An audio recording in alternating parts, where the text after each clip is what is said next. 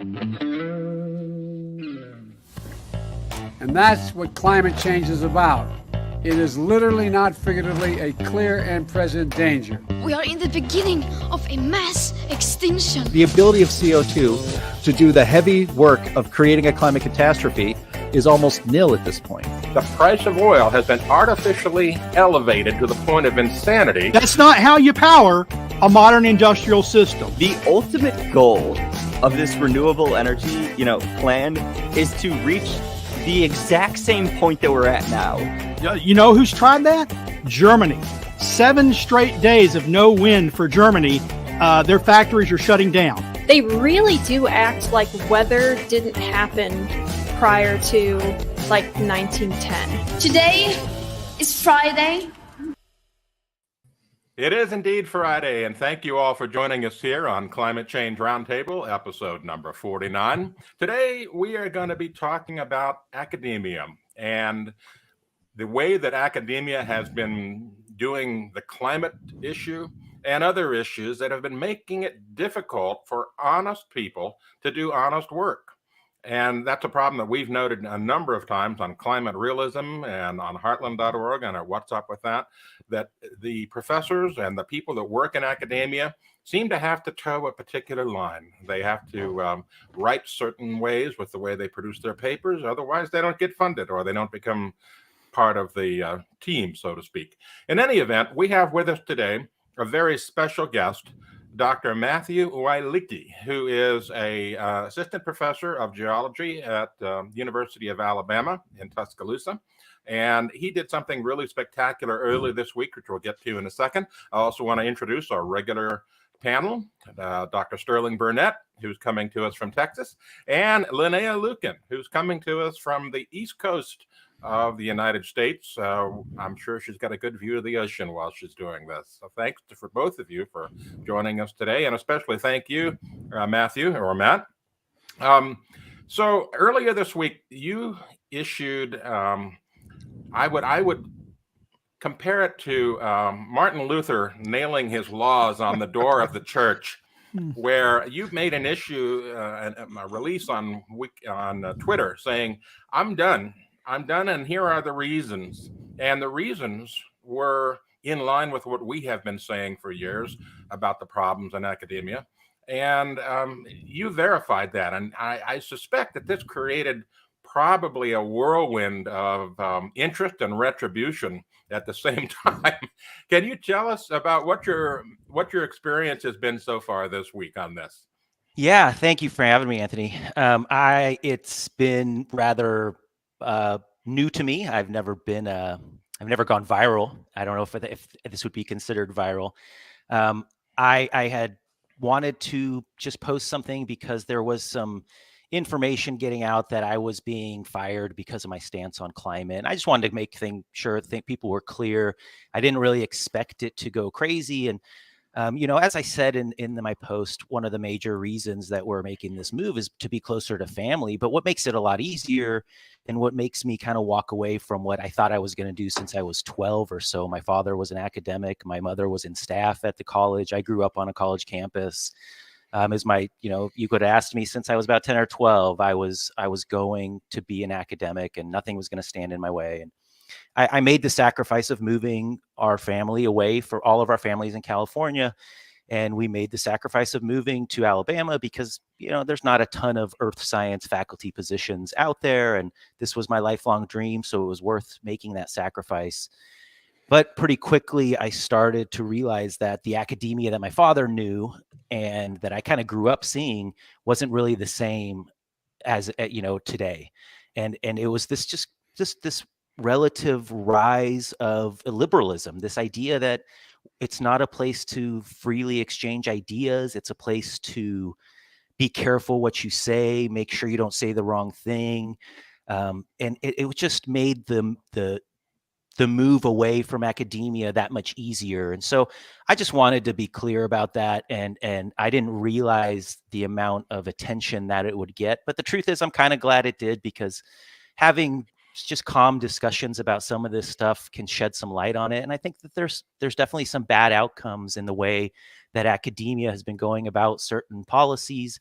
And as an analytical chemist, I'm a geochemist by training. I'm always kind of thinking in the scientific method. And if the results aren't what we expected, we kind of go back and we tweak things, and then we look at the outcomes again. And it doesn't seem like that you can do that, especially in discussions about things like DEI, which is something that I mentioned in terms of this illiberalism.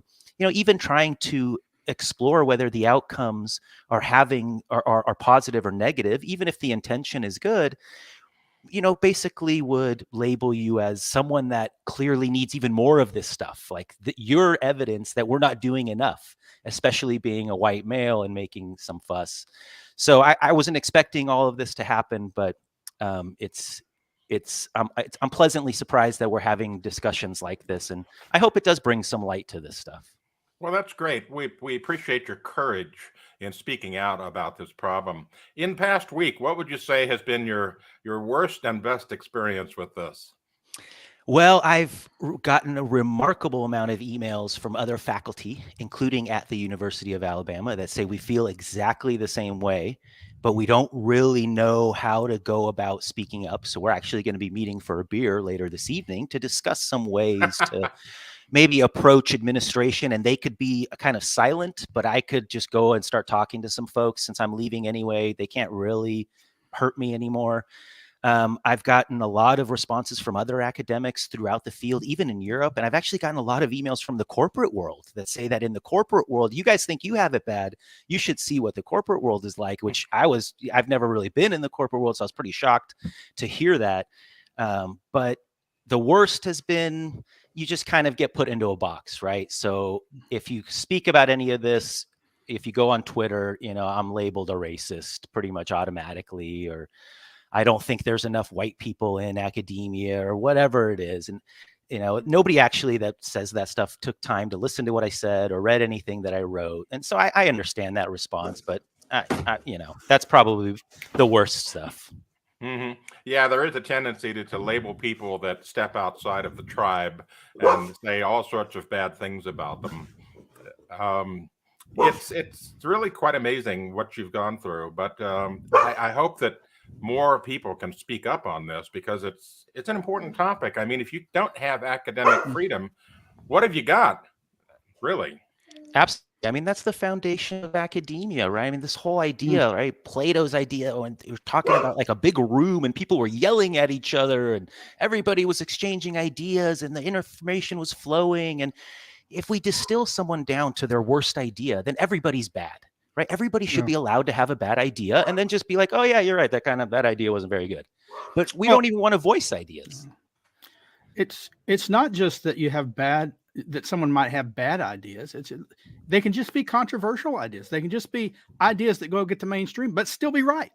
Going back to John Stuart Mill and On Liberty, he says, look, everyone should be free to speak and debate and challenge, because no one has the market on truth. And basically, he said, people who have uncomfortable ideas, if they are debated and challenged and they're found correct, well, they were a beneficiary to mankind by pointing to truth.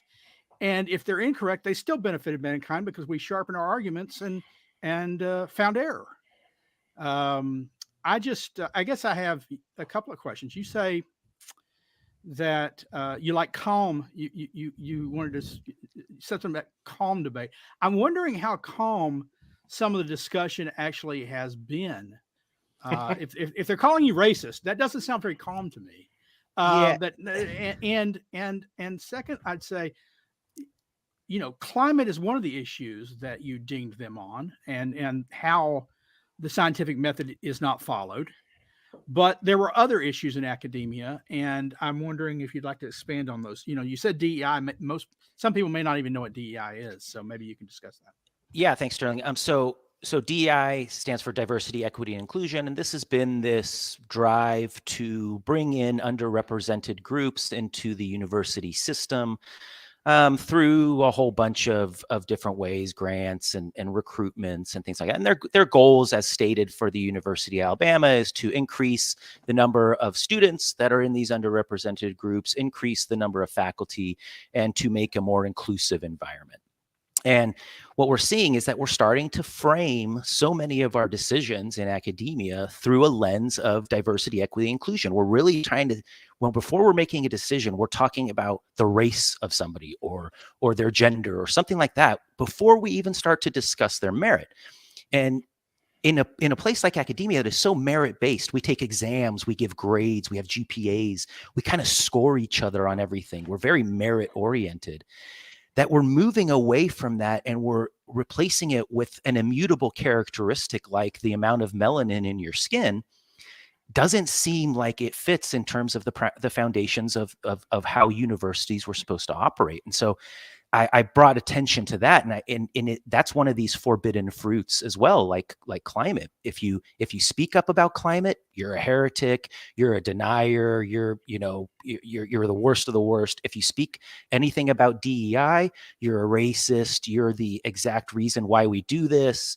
And so there's been these few little issues that have popped up in academia that have become forbidden to discuss. And it seemed that if these were tiny little things, okay, I probably wouldn't be a big deal, but universities are spending a ton of resources on diversity, equity, and inclusion. This is one of the major ways that we frame every decision that we make. And if the outcomes of this are negative, because I would argue that this is alienating students. So I talk to the students that aren't in the underrepresented group. They think that they're no longer on a level playing field. I talk to the students that are in the underrepresented group. They think that their peers think that they didn't have to work as hard to get to the same place. Interestingly, in the STEM community, the Asians are kind of in limbo because the Asian community isn't really underrepresented in the STEM fields. And so they don't really fit in DEI. They're kind of white adjacent. And so they don't really know what group they fit into. And if this is really trying to foster inclusion and a culture of inclusivity, it's having the exact opposite effects because these students are being alienated. They're scared to collaborate with each other. They don't want to say the wrong thing or be labeled something. And so they tend to start to avoid each other. And I think collaboration is one of the best ways that we get to scientific discovery is we work together, we exchange ideas, different backgrounds come together, and we're seeing that this is having the opposite effect. It clearly has that effect in the faculty. Go ahead. No, I'm sorry. Finish up. So I've talked to many faculty members that say that they're hesitant to collaborate with lots of different people because they're worried that, if they say something wrong, that they could be, that could be the end of their career, essentially. My suspicion is that it's not that they are, and you can correct me if I'm wrong, it's not that they are they become afraid of collaborating and working together. It's that what they do is they go to their own little camps, right? They join their tribes, and the only interaction they have is with people of their tribes. And so they're only hearing the ideas. It's an echo chamber. They're only hearing the ideas they agree with. And then suddenly the idea that offense is harm is tantamount to harm, and no one should be offended anytime, ever, in any place, stifles speech. And at least I know from, in my presentations to high schoolers and my writings about things that I've seen in high schools is that they're increasingly being taught what to think, not how to reason through and think about things, which I suppose is even worse in college now. Yeah, no, I agree with you, especially in terms of this tribal. It leads to this isolationism in these groups, and then the groups don't interact, and it's just. I understand there could be good intent, but we should be evaluating the outcomes. If things have negative outcomes, no matter how good the intent, we should be talking about this and we should be investigating it. I agree with you, Sterling. Linnea, you worked in private industry. And Matt said earlier that private industry, some of his comments that got even worse. Did you have any experiences like this? Well, yeah. I mean, it depended on who you talked to, obviously. Sometimes you would have it brought up, like climate change brought up in a big group meeting or something, and they'll just kind of rattle it off as something that's, already determined. And here's what we're doing. We're making sure we're doing closed system drilling or whatever it happens to be to keep emissions of methane down, that kind of thing. But and usually no one, it's not the right place and time to kind of argue some of the points. But I did meet several people who were, let's say, like pretty high up the chain of command on the drill ship, who would assert that it was getting noticeably hotter every year in the Gulf of Mexico. And I was pretty skeptical of that claim. And now that I've looked at the data, it really doesn't show that there's any noticeable warming in the Gulf of Mexico. But people were so certain that it was happening that it doesn't matter. Human memory doesn't really work all that. It's not like a photograph, right? Our opinions form how we view the world, and how we experience things that are happening to us. So it can alter our memory that way. And so that's one of the annoyances that I dealt with all the time. People would say, it's never been like this. And I'm like, it was like this last year. I don't know what you're talking about.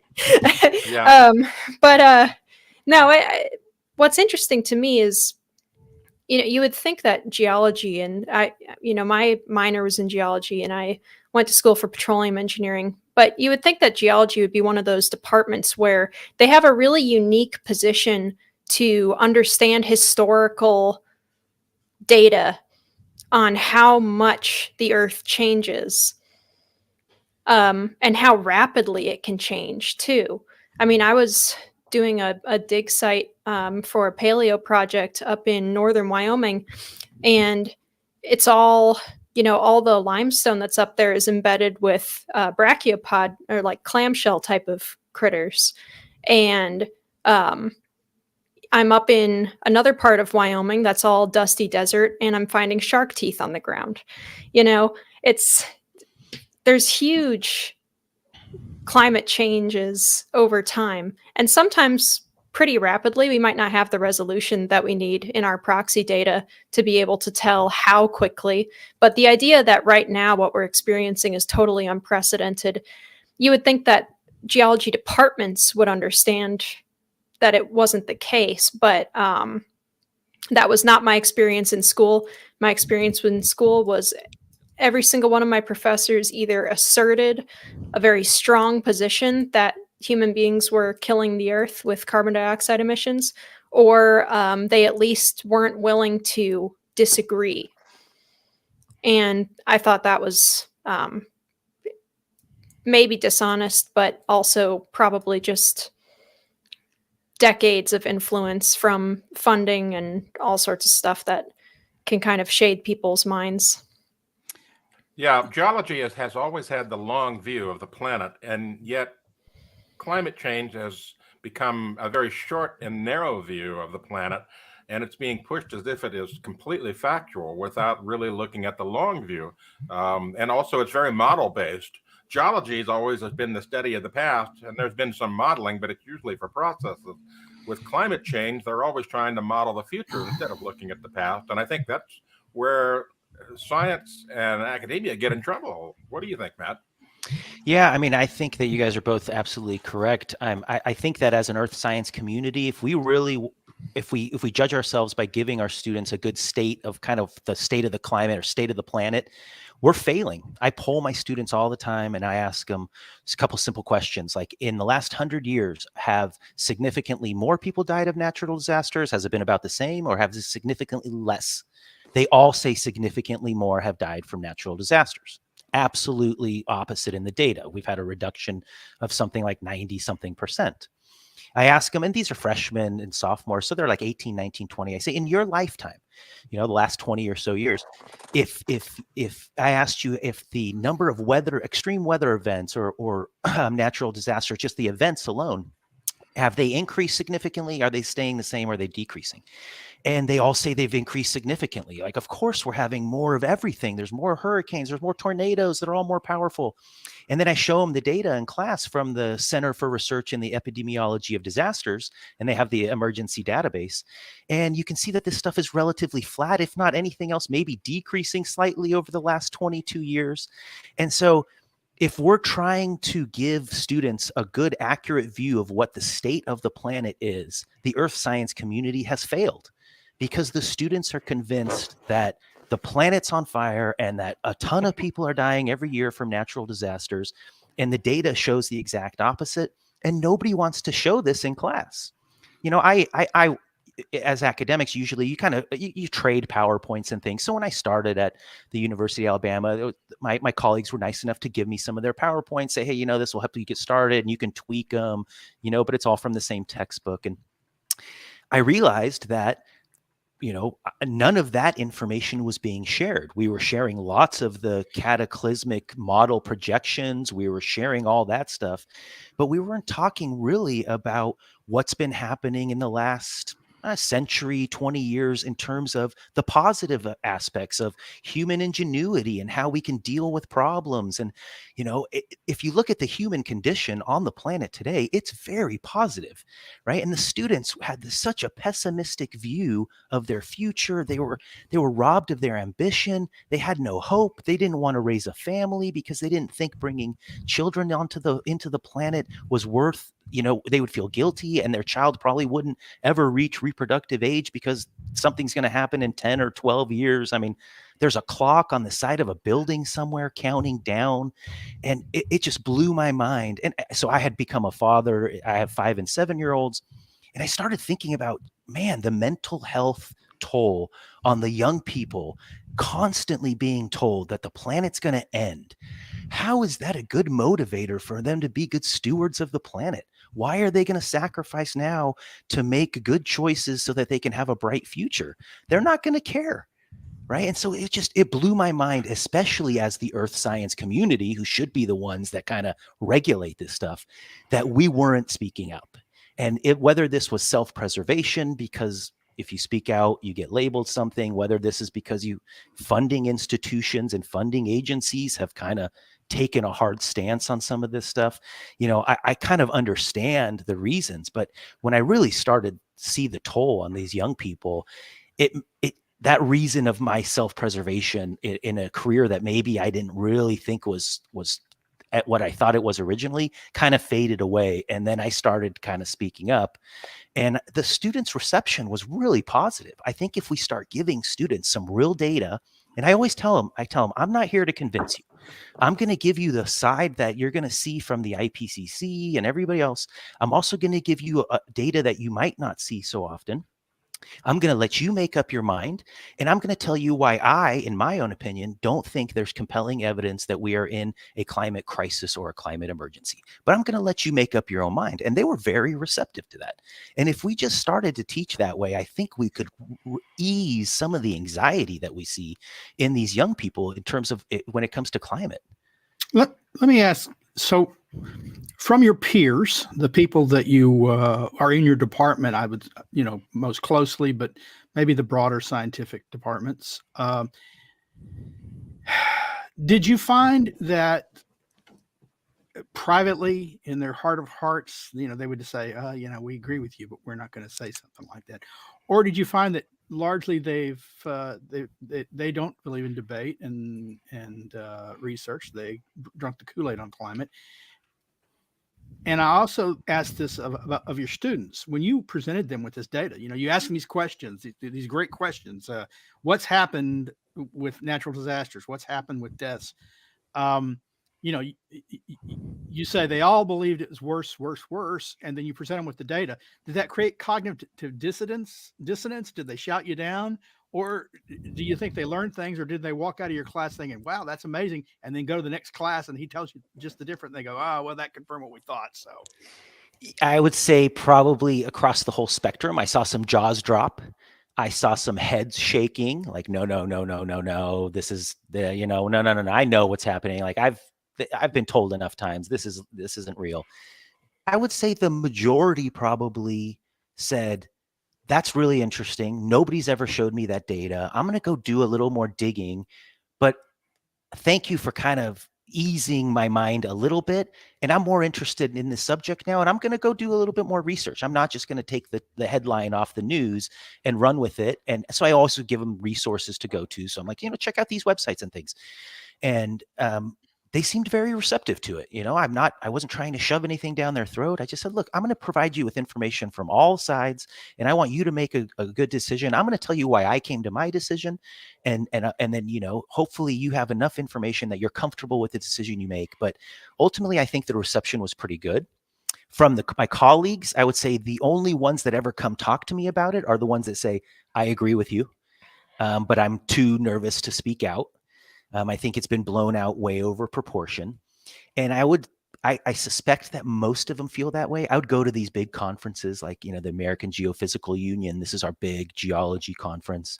And I would see some of these very outspoken climate, either, sometimes they're grad students, sometimes they were young faculty members, very outspoken on social media, talking about the catastrophism that's coming. And I would look over and they would have a stroller, and they were pushing a stroller. And I was like, wait a minute. If you think that the planet's going to end in 8 or 10 years, and that's what you're putting out on social media, and you just brought a child into this world, like something seems a little fishy. So I really think that the community is, we talk about the consensus in the community. I would argue that there is a consensus in the community that humans can affect the environment. What there isn't a consensus of is current warming, is 1/100th of the degree that we see, or 1/10th, or is it 90%, right? There's a whole spectrum in the middle there of folks that would be in the consensus as it's kind of generally talked about, but have very varying views about how much of this is anthropogenic and how much of this catastrophizing of the future is really going to happen. And so I would say the spectrum's all over the place. I find it very interesting that in climate, you have to be binary, where you have to accept either that it's terrible and everything, or you're on one side, and there's no middle ground, which I find fascinating in this time of fluidity, right, and non-binary choices, that for some reason climate has to be a binary choice. It's a whole, either you're with us or you're against us kind of a mentality, totally polar. Have you ever had a student come up to you and protest their grade, and you're tempted to say to them, well, why does it matter? The world's going to end in 10 years anyway. No, I didn't. But now that you say that, I wish I would have. The students have been very receptive. I was nervous when I started to kind of show this stuff and how they were going to take it. I was very pleasantly surprised by how receptive they were. And even if they were like, I don't really believe you, I think you're kind of, a climate denier, I'm still going to go check it out a little bit. I was like, great. Okay. That's fair. That's fine. But so I was really pleasantly surprised. I think if we can start to change the narrative a little bit, then, I think they'll be receptive. Now, they're going to walk out of my classroom and go and click on the news or go into their social media, and it's going to say, Al Gore is going to be up there telling the world that the oceans are boiling. So it's going to be hard to make an impact in them when they're constantly bombarded by this stuff. But they were very receptive to having their minds eased a little bit about what the future for them might hold. Yeah, you mentioned the media, and that is one of the biggest problems that we've talked about on a regular basis. The problem with the media is there's not a lot of trained writers that know science in the media. And so their interpretation of facts is often skewed or outright wrong, or they're not capable of properly researching to, find out what the real fact is. They just run a narrative instead of the facts. We do this all the time on climaterealism.com, where we point out, major journalistic enterprises such as the Washington Post, Los Angeles Times, the New York Times, places like that, just simply get it wrong on a daily basis because the writers don't have the skills to research these things.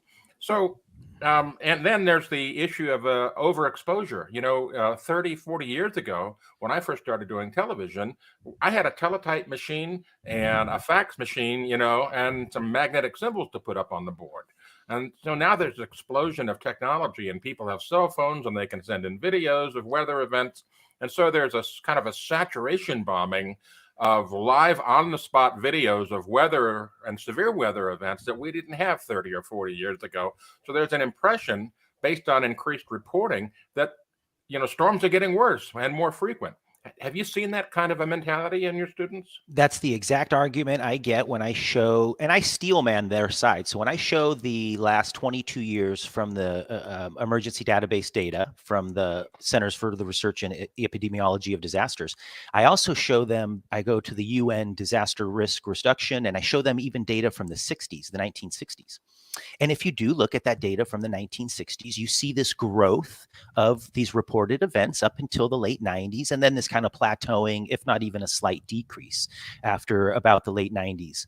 And if you go into the nitty-gritty details on these websites and read the fine print, they're very clear that anything pre somewhere in the 90s, anything before that is severely underreported, because in 1960 something, if there was a flood in the Congo, it didn't get recorded somewhere in Brussels, where I think this office or this database is actually is kept. And so I always steel man that argument. I say, look, okay, it's fair that you see this correlation in these decades, and I agree, but we have to understand the difference between correlation and causation, and what could be causing this increase rather than an actually real increase in events. And like you said, it's this reporting. But after the 90s, and especially into the 2000s and the 10s, it's definitely become a much more interconnected world. If there's something that's happening somewhere, we're pretty much getting that information. So I argue that now that we are reporting everything, we should be seeing that increase if it actually is directly related to CO2, because in the last 22 years, CO2 has increased faster than it's ever increased before. And clearly what we're seeing is, although there may have been some correlation in the past, you cannot assign this a causal relationship to CO2 with these extreme weather events. And they're very receptive to that. They're like, man, I always used to see that old data, and they would always show that increase. And that was what they focused on. And I never thought that, of course, in the 60s, we didn't have internet. People didn't have cell phones. How were we getting reports from all over the place? Of course, these things would be underreported. Plus, a valley somewhere, in Pakistan, they used to have just a few small villages and now has a few millions of people. Maybe when that flooded before, we wouldn't have considered that a disaster. Now we do. It doesn't mean that thing didn't happen in the past. It just means that there's a lot more people in the way now. So one of the things that we judge a disaster by is how many people are affected. And their eyes really get open to that. And they say, man, that's something that I didn't really consider before. And so I try to steel man the other side's argument all the time. I'm always trying to give them, like, this is what you're going to hear when you say this, but this is what I would argue, why I argue that isn't an accurate, a good way of looking at the data. Well, Anthony brings up the point that journalists really aren't often trained well in the sciences. I would bring up another point on the journalist, is that we have a whole field of journalism called environmental journalism now that we didn't have 50 years ago.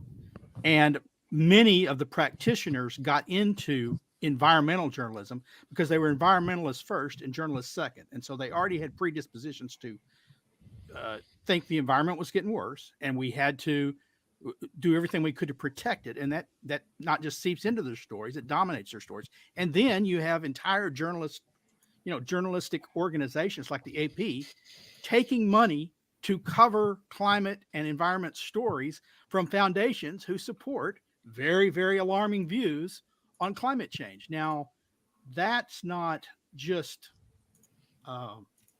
ignorance of the topic. That is a positive spin that they're going to put on it because of what they their preconceived beliefs and the funding.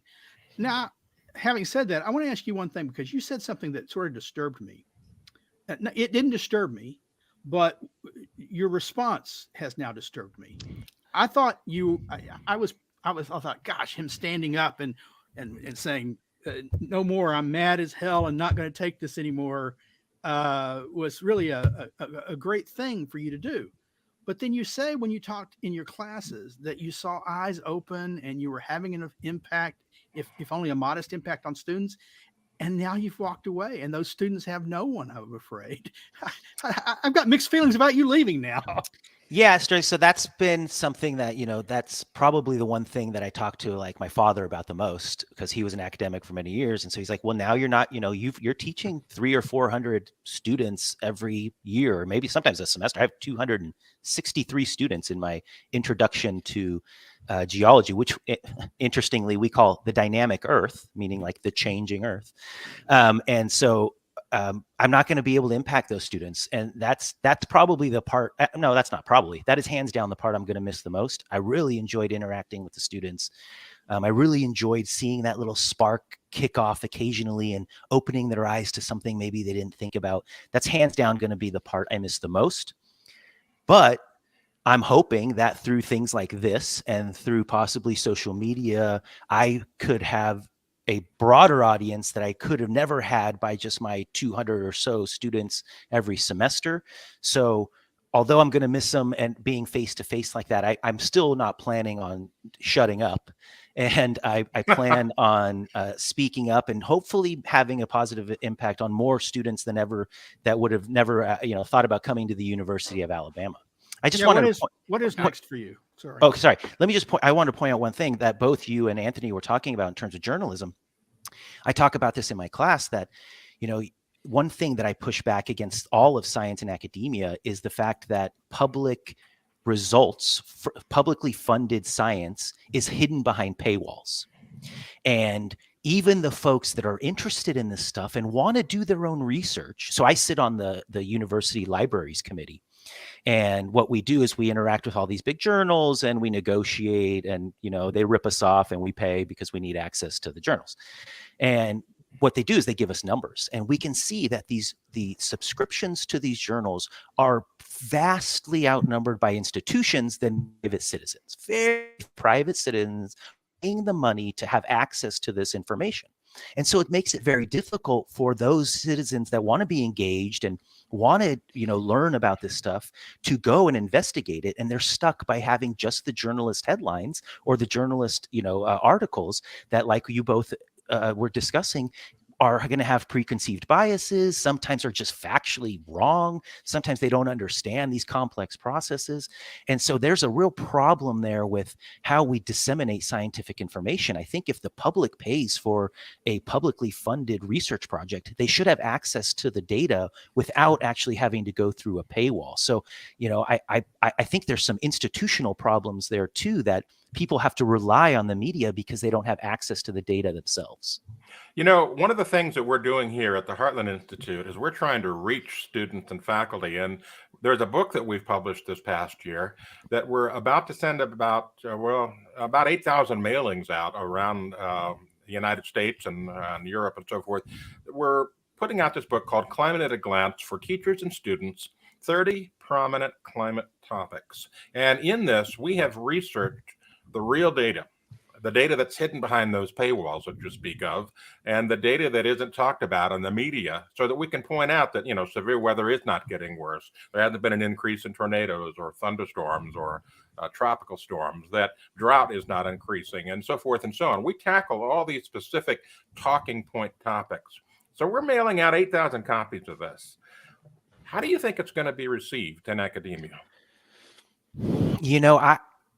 I hope well. I was pleasantly surprised that quite a few, although not very many in my own department, quite a few faculty members in other departments asked me for the slides that I use when I teach climate. And I was more than willing to share. I actually had quite a few high school teachers hit me up as well on social media, said, hey, could you share some slides with me? My students, my students are very anxious, and all of the teacher resources that I get when I go to NOAA or NASA or climate.gov just kind of feed into this very catastrophic viewpoint. And I was happy to share those. So I'm hoping that it's going to be received well. I can assure you that there's going to be some that are going to throw it right in the trash. Yeah, we did one a few years ago where some people at San Jose State University in California actually held up the book and put matches under it as if they're burning it, and then put the picture up on social media. I mean, good heaven, these are folks at a university that's supposed to have open minds, and let's immediately call for book burning. Let's hope that doesn't happen. But it goes back to the whole tribalism thing where, you're either with us or you're against us. And getting these facts out has been exceptionally difficult. And we reference, NOAA and NASA and peer-reviewed publications in these things, and yet we're still called climate deniers for bringing these things up. How do you get past this? Do you have any ideas on how we can break down this tribalism that's going on? That's what I'm racking my brain about, and talking to folks like you guys that have been probably thinking about this a lot longer than I have. There needs to be a take back of the narrative. And if the science community doesn't do it, it's going to be very difficult, because, when it comes to the media and the news, it's just, we've known since forever, right? I've always been told, if it bleeds, it leads. Right. They're always going to kind of go with the catastrophic story. Nobody wants to put out there that, hey, guys, climate's actually pretty nice out. If they can come out and say, there's a huge storm coming, and right. And so we have this human tendency to kind of over exaggerate the bad stuff and kind of under exaggerate the good stuff. I play golf, and if I hit a good shot, I forget about it in the next shot. But if I shank one, it's with me for like the next 5 holes. Right. And so I think it's just human nature to kind of over exaggerate this stuff. But we really need to take back the narrative somehow. I mean, if the people that are controlling the narrative are out there saying that the oceans are boiling and everybody's buying into that, I'm desperate to figure it out, Anthony. And I hope things like what you're doing are going to be helping. But I'm desperate to figure it out, because I'm really scared that my kids are going to be growing up and in a couple years starting to learn about this stuff and thinking that their future is basically just fire. Yeah, maybe the thing to do is to have a golf tournament where we have teams. We have different people on different teams, and let's shank it out, so to speak. What's next for you professionally? That's a great question. So this move kind of came about without that plan. We knew we wanted to be closer to family, and my wife did her PhD in Boulder, so she had been there for quite a while. We had some property there already, and so we don't know. I've had this exposure has led to many interesting job offers, from some mining companies to some folks that need geology consultants. I would love to continue to teach at maybe like a community college if they'd have me.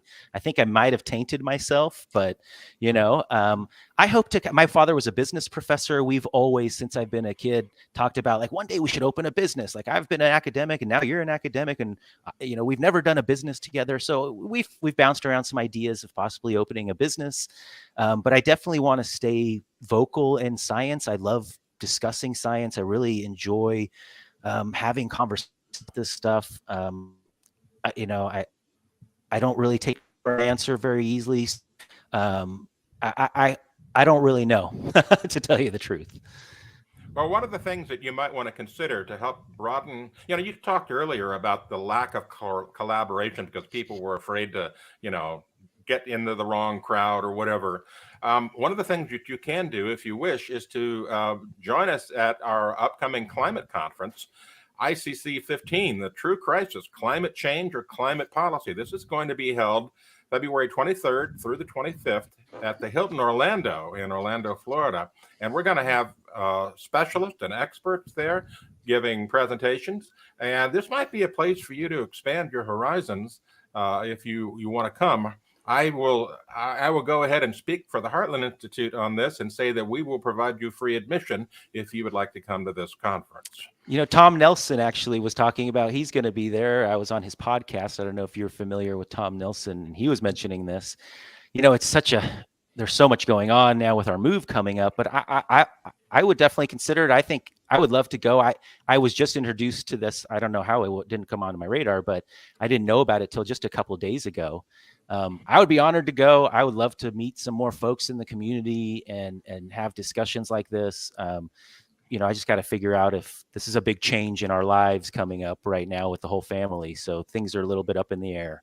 Another reason for the outreach, another way that it could be an outreach for you, or a possible influence, is that we will have some fairly prominent state and national politicians there who actually have impact on policy and thought and at the state and federal level. And it would be a way to interact with them. Yeah, absolutely. I mean, yeah, I'm going to do my best to try to get there. And I wanted to jump in really quick on something that was said a little bit ago, especially what Sterling said regarding the media and how some of it is, and how this is going to happen to us at our conference. But basically, there's kind of a game of telephone that happens with some of the news reporting on scientific discoveries or reports that we've noticed. I wrote something the other day about this, but back in early 2022, there was a story about an iceberg calving off of Antarctica. And the report on it said that this is the first time since satellites were put into orbit that we have witnessed this large of an iceberg fall, or this big of a calving event happen on this particular part of Antarctica.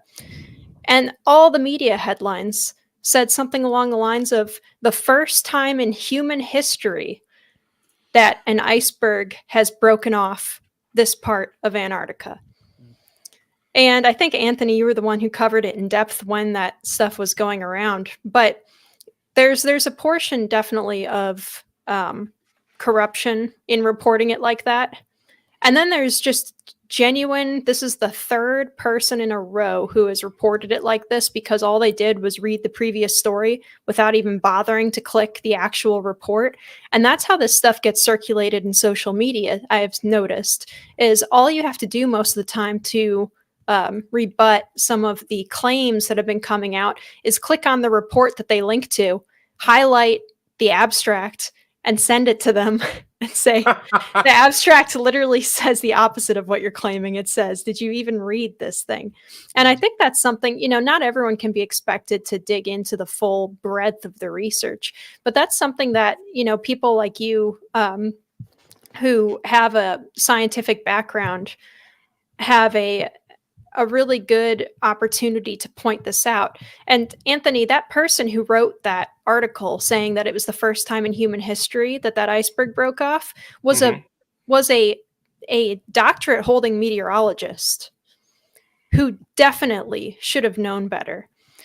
So I don't think that it's necessarily all the time that people aren't capable of reading the research. I think that a lot of times, like I was saying earlier, they're totally blinded on it. And so they just kind of see what they want to see. Sometimes they chase the headlines. I have seen papers, particularly through university press release departments, where the paper that they actually wrote versus what came out on the press release very were two moderate. entirely different things. Right. And so they're chasing the headline, because if you chase the headline, then you get more attention and get more funding. And so it's a vicious cycle. And so, Matt, have you seen examples like that? Absolutely. And not only that, but we've actually had to correct a press release before, because when they sent it to us before, they wanted us to take a look. I said, whoa, no way. Like, what is this? None of this is what we said.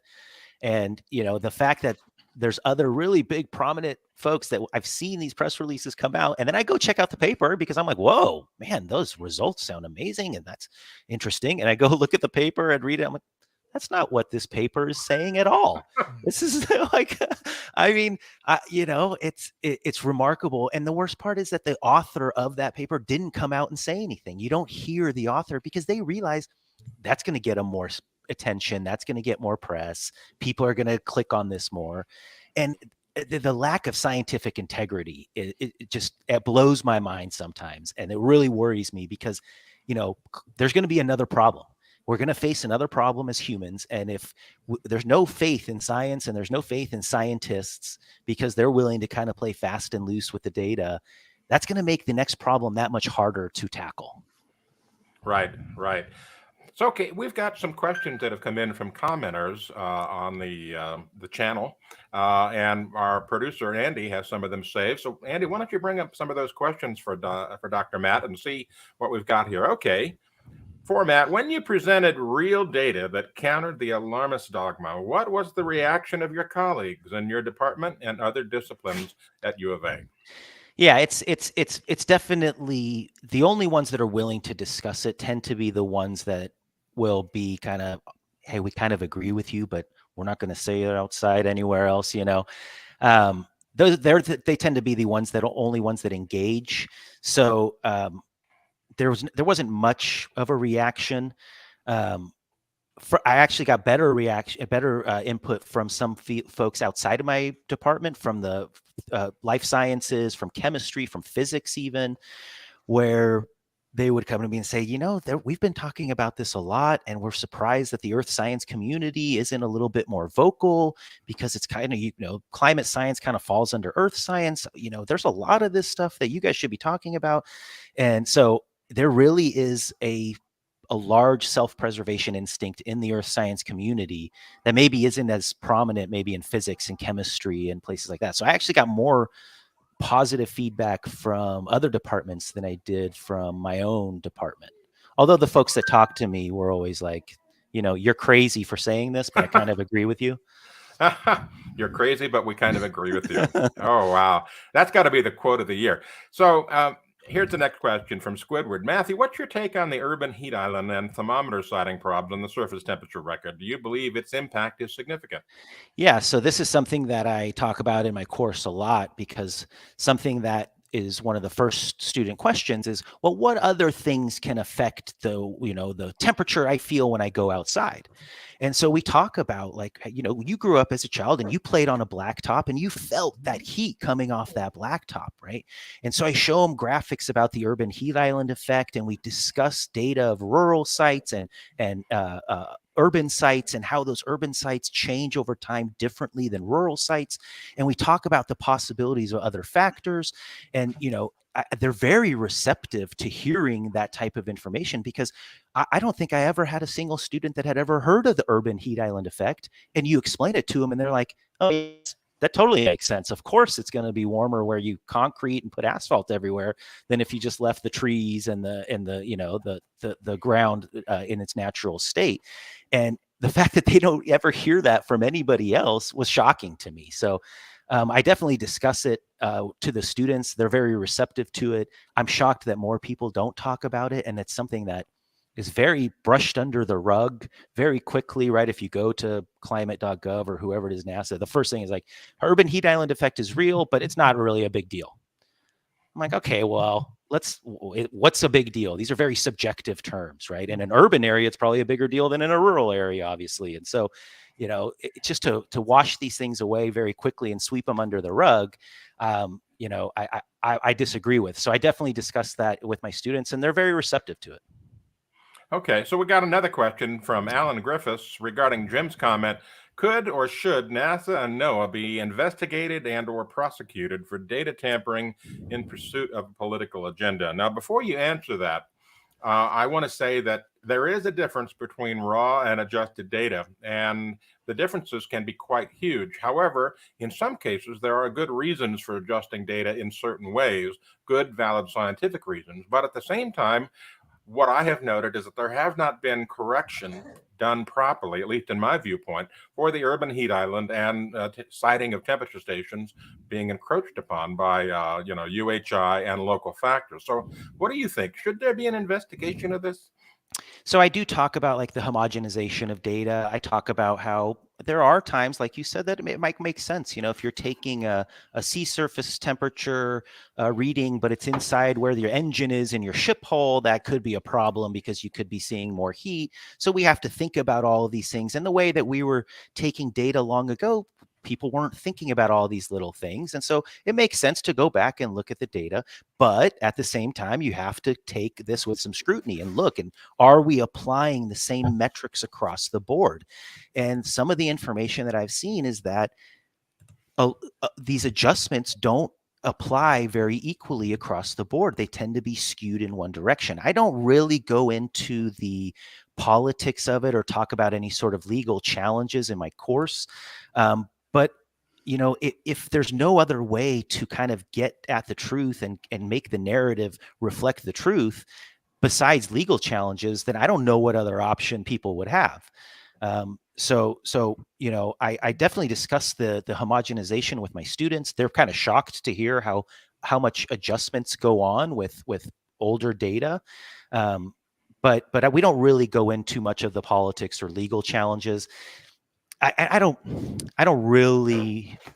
I would love to see. I'm a classical liberal. I'm a limited government kind of guy. I'm not. I try not to be very litigious. I think we're a little too litigious.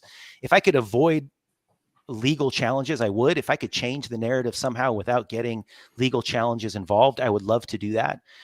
If I'm backed against the wall and the only way we can get at accurate data and to change the narrative is with legal challenges, I'm open to that as well.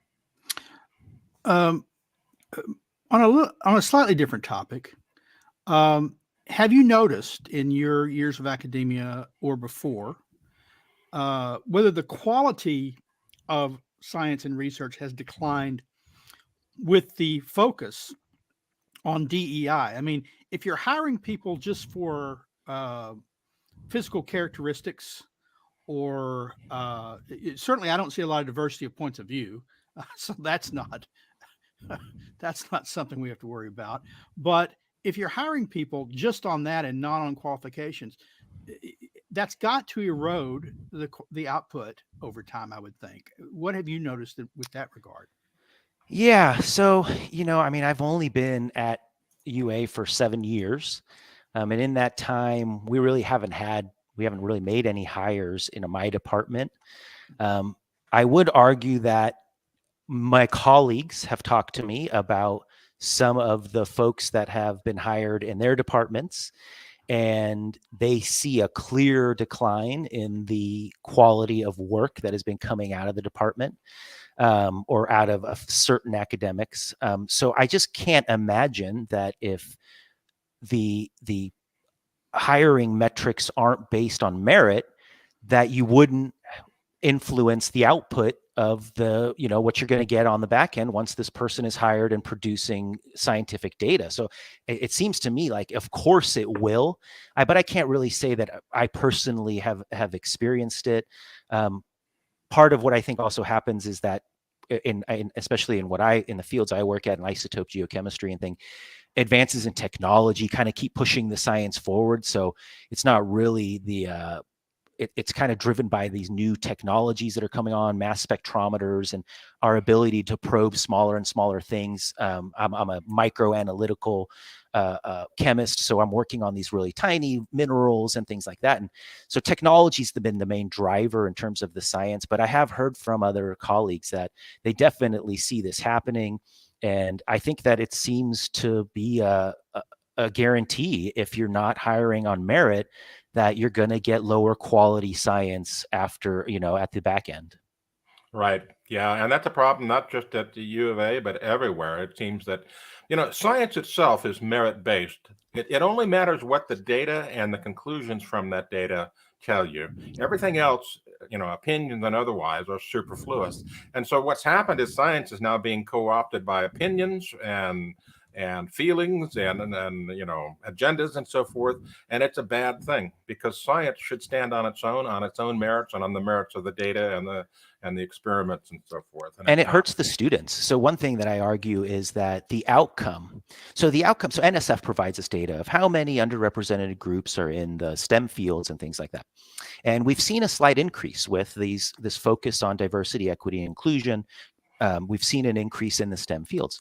What we're seeing also, though, is that these students that are graduating are not actually going and working within the STEM industries.